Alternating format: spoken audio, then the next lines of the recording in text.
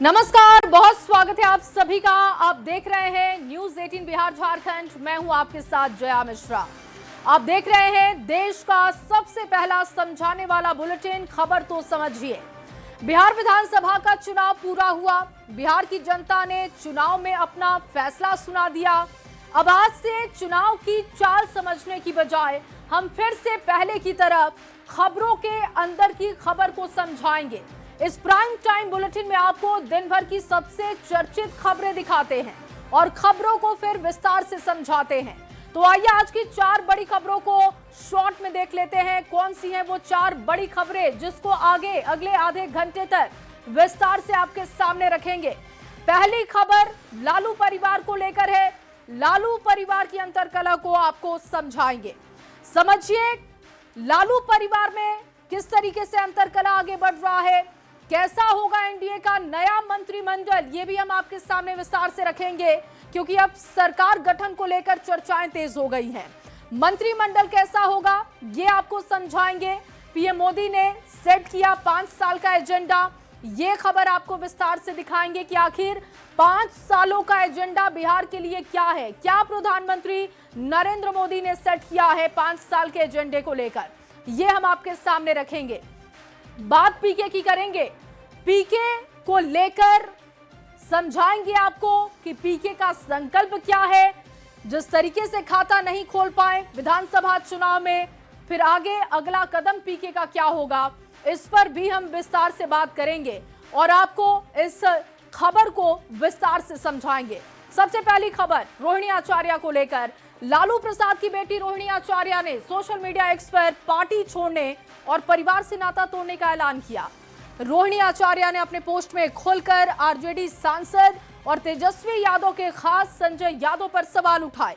लालू परिवार की खटपट पर विरोधी अब तंज कस रहे हैं। सबसे पहले आपको रिपोर्ट दिखाते हैं और उसके बाद खबर को विस्तार से समझाएंगे।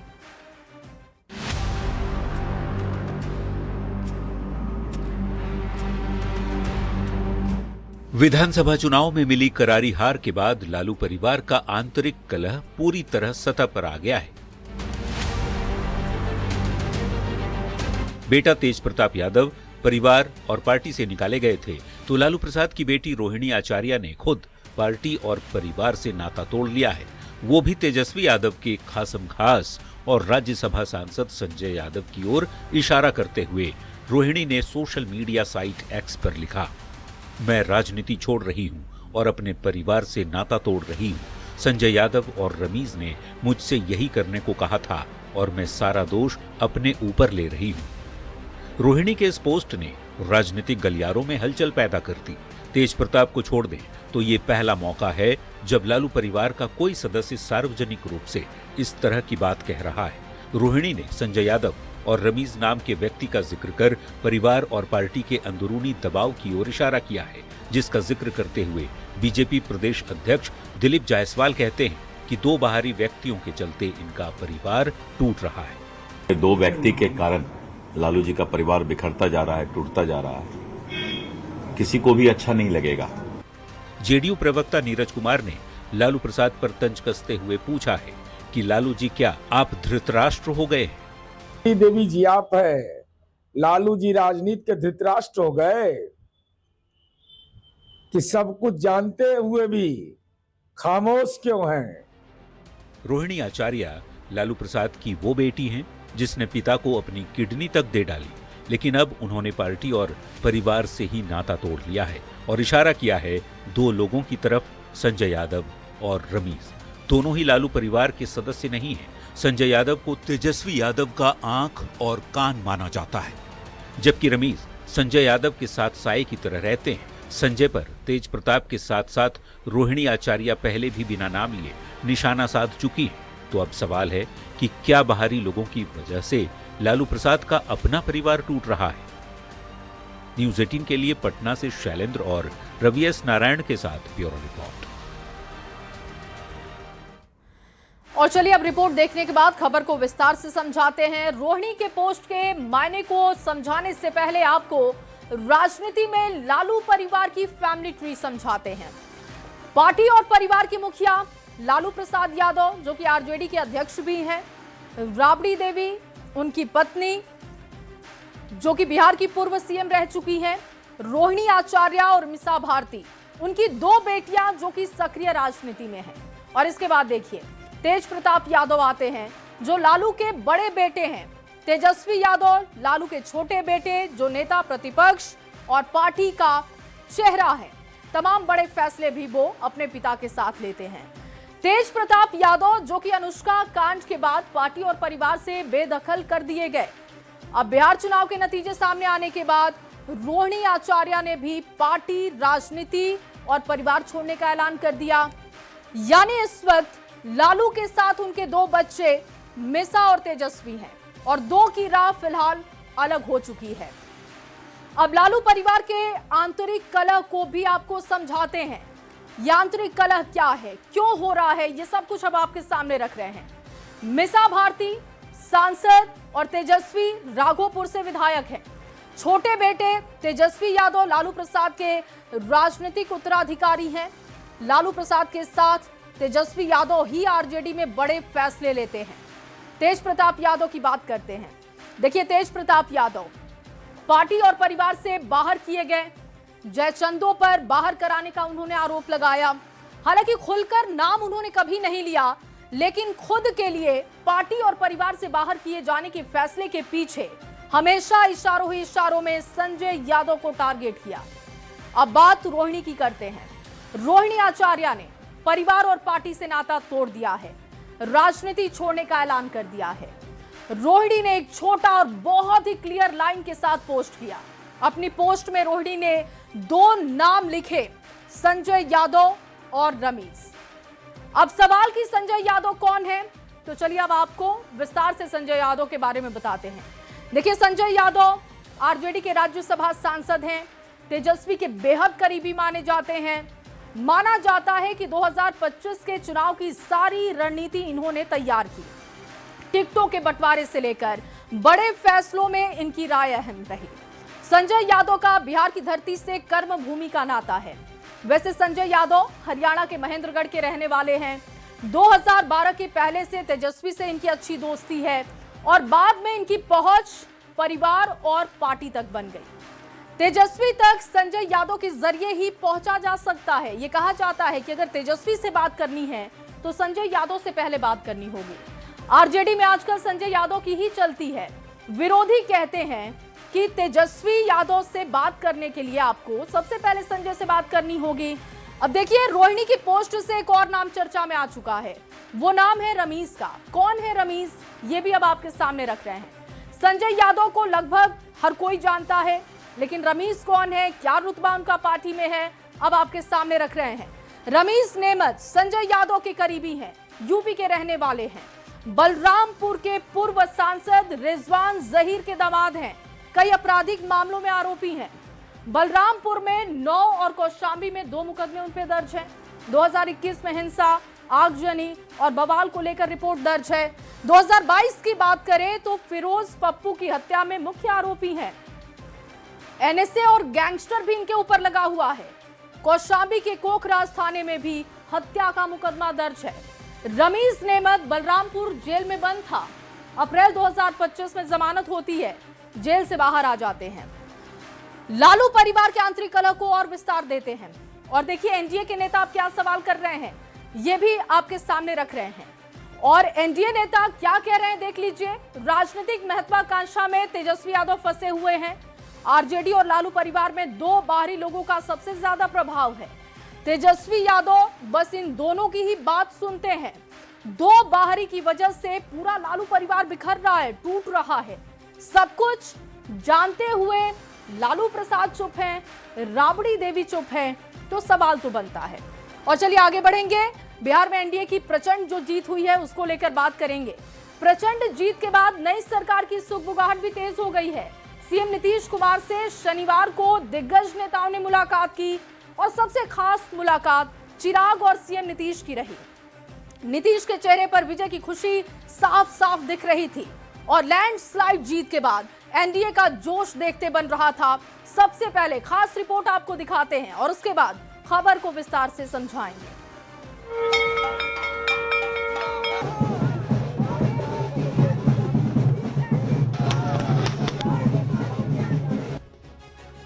बिहार विधानसभा चुनाव में ऐतिहासिक जीत के बाद एनडीए गदगद है। रिकॉर्ड तोड़ जीत के बाद नई सरकार के गठन की सुगबुगाहट तेज हो गई है। ये तस्वीरें हैं सीएम नीतीश कुमार के आवास की, जहां मुख्यमंत्री से मिलने कई नेता पहुंचे और उन्हें जीत की बधाई दी। केंद्रीय मंत्री चिराग पासवान ने नीतीश कुमार से मुलाकात की। नीतीश ने उनका स्वागत किया और जीत की खुशी में गले लगा लिया। सीएम नीतीश के चेहरे पर ऐतिहासिक विजय की खुशी साफ झलक रही थी। जब नीतीश कुमार और चिराग पासवान की मुलाकात हुई तो खूब ठहाके भी लगे। दोनों नेताओं की मुलाकात की खूबसूरत तस्वीरें सामने आई। सीएम से जेडीयू के राष्ट्रीय कार्यकारी अध्यक्ष संजय झा, केंद्रीय मंत्री ललन सिंह, विजय चौधरी और श्याम रजक ने भी मुलाकात की। बिहार में लैंडस्लाइड जीत के बाद एनडीए का जोश हाई है। पांचों दल अपना अलग अलग जो है बैठ करके अपना नेता का चयन करेंगे और फिर एनडीए एक साथ बैठ करके और केंद्रीय नेतृत्व की उपस्थिति में जो है फिर विधायक दल के जो एनडीए के विधायक दल के नेता है उनका चयन करेगा। यही एक संवैधानिक प्रक्रिया होता है और इसके बाद जो है शपथ ग्रहण समारोह का तिथि तय किया जाएगा। मुख्यमंत्री जी से मुलाकात कर सिर्फ मुख्यमंत्री जी को बधाई देने, शुभकामनाएं देने आए। जिस तरीके से मुख्यमंत्री नीतीश कुमार जी के नेतृत्व में एनडीए गठबंधन ने एक ऐतिहासिक जीत हासिल करने का काम किया है कि मुख्यमंत्री जी ने जिस तरीके से एनडीए गठबंधन के हर एक घटक दल की भूमिका को सराहने का उन्होंने काम किया। मैं तो सबसे पहले आपके चैनल के माध्यम से पूरे बिहार वासियों को, पूरे बिहार के मतदाता मालिकों को मैं उनको उनके प्रति आभार प्रकट करता हूं कि बिहार के लोगों ने जो है सुशासन और विकास पर मुहर लगाई है। हमारे नेता माननीय मुख्यमंत्री नीतीश कुमार जी के जो 20 वर्षों की उपलब्धि है और माननीय प्रधानमंत्री नरेंद्र मोदी जी के और दोनों नेता की करिश्माई जोड़ी पर लोगों ने भरोसा जताया। कब तक शपथ ले लिए जाएंगे? नहीं, देखिए ये तो विशेषकर जब हमारे एनडीए घटक दल के नेता बैठेंगे और उस पर निर्णय होगी। बिहार में एनडीए को प्रचंड जीत मिली है। सीएम नीतीश और पीएम मोदी की जोड़ी पर जनता ने भरोसा जताया है। प्रचंड बहुमत के बाद अब नई सरकार के गठन और शपथ ग्रहण की तैयारी शुरू हो गई है। न्यूज़ 18 के लिए पटना से रवि एस नारायण की रिपोर्ट। और रिपोर्ट के बाद चलिए अब आपको समझाते हैं कि कैसा होगा एनडीए का नया मंत्रिमंडल। एनडीए में 5 दल शामिल हैं: बीजेपी, जेडीयू, एलजेपी-आरवी, हम और आरएलएफ। मंत्रिमंडल में सभी 5 दलों का प्रतिनिधित्व होगा। विधायकों की संख्या को आधार बनाया जाएगा। विधायकों की संख्या के आधार पर ही मंत्री पद मिलेंगे। सामाजिक समीकरण को साधने की कोशिश होगी। बीजेपी 89 सीट के साथ गठबंधन की सबसे बड़ी पार्टी है। जेडीयू के पास बीजेपी से 4 कम यानी कि 85 सीटें हैं। और अब ऐसे में सवाल है कि क्या बीजेपी कैबिनेट में ज्यादा हिस्सेदारी की मांग करेगी? क्या महत्वपूर्ण पोर्टफोलियो जैसे कि गृह हो गया, वित्त, उद्योग, सड़क, स्वास्थ्य बीजेपी के पास जाएंगे? ये सवाल भी उठाए जा रहे हैं। देखिए, नई कैबिनेट में पीएम के विजन की झलक दिखेगी। क्या कैबिनेट गठन के समय औद्योगिक विकास, निवेश को ध्यान में रखा जाएगा? इंफ्रा को लेकर, स्किल डेवलपमेंट के लिए क्या कोई प्लान होगा? इन लक्ष्यों को साधने के लिए वित्त, उद्योग और ऊर्जा विभाग की कमान किसे मिलेगी? सड़क और श्रम विभाग की बात करें तो ये किसके हिस्से होगा? इस तरीके के सवाल हैं। बिहार की जीत के बाद गुजरात के सूरत में देखिए, प्रधानमंत्री का जबरदस्त स्वागत किया गया। गमछा हिलाकर प्रधानमंत्री का स्वागत हुआ। पीएम ने कहा कि बिहार के लोगों की ताकत हम जानते हैं और हमारा उद्देश्य नेशन फर्स्ट का है। देखिए ये रिपोर्ट। नरेंद्र मोदी, मोदी, मोदी, मोदी। और मैंने देखा है कि बिहार के लोगों को राजनीति समझानी नहीं पड़ती है।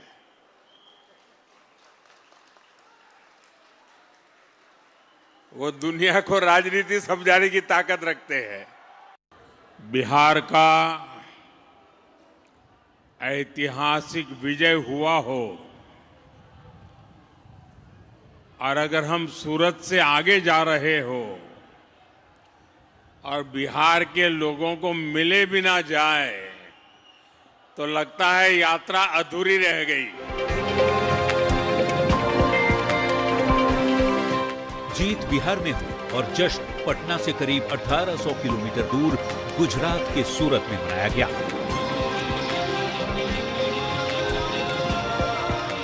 बिहार का ऐतिहासिक विजय हुआ हो और अगर हम सूरत से आगे जा रहे हो और बिहार के लोगों को मिले भी ना जाए तो लगता है यात्रा अधूरी रह गई।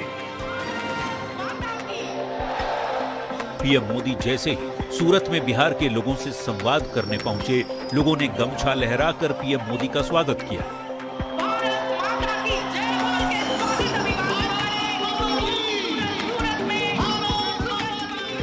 बिहार में तो उसका जश्न होना बहुत स्वाभाविक था, लेकिन बिहार के बाहर हमने गुजरात में बिहार के 100 साल आन बान शान के साथ मनाए थे। मोदी साहब का हम बहुत सारी तालियों के साथ। प्रधानमंत्री मोदी ने बिहार का बखान करते हुए कहा कि बिहार के लोगों की ताकत हम जानते हैं। पीएम ने साफ साफ कहा, हमें विकसित भारत बनाना है और हमारा उद्देश्य नेशन फर्स्ट है। सूरत की धरती से प्रधानमंत्री मोदी ने कांग्रेस और आरजेडी पर भी निशाना साधा। पीएम ने कहा, ये जब जब हारते हैं तब तब कोई न कोई बहाना बनाकर रोते जरूर हैं। माननीय सांसद श्री और सभी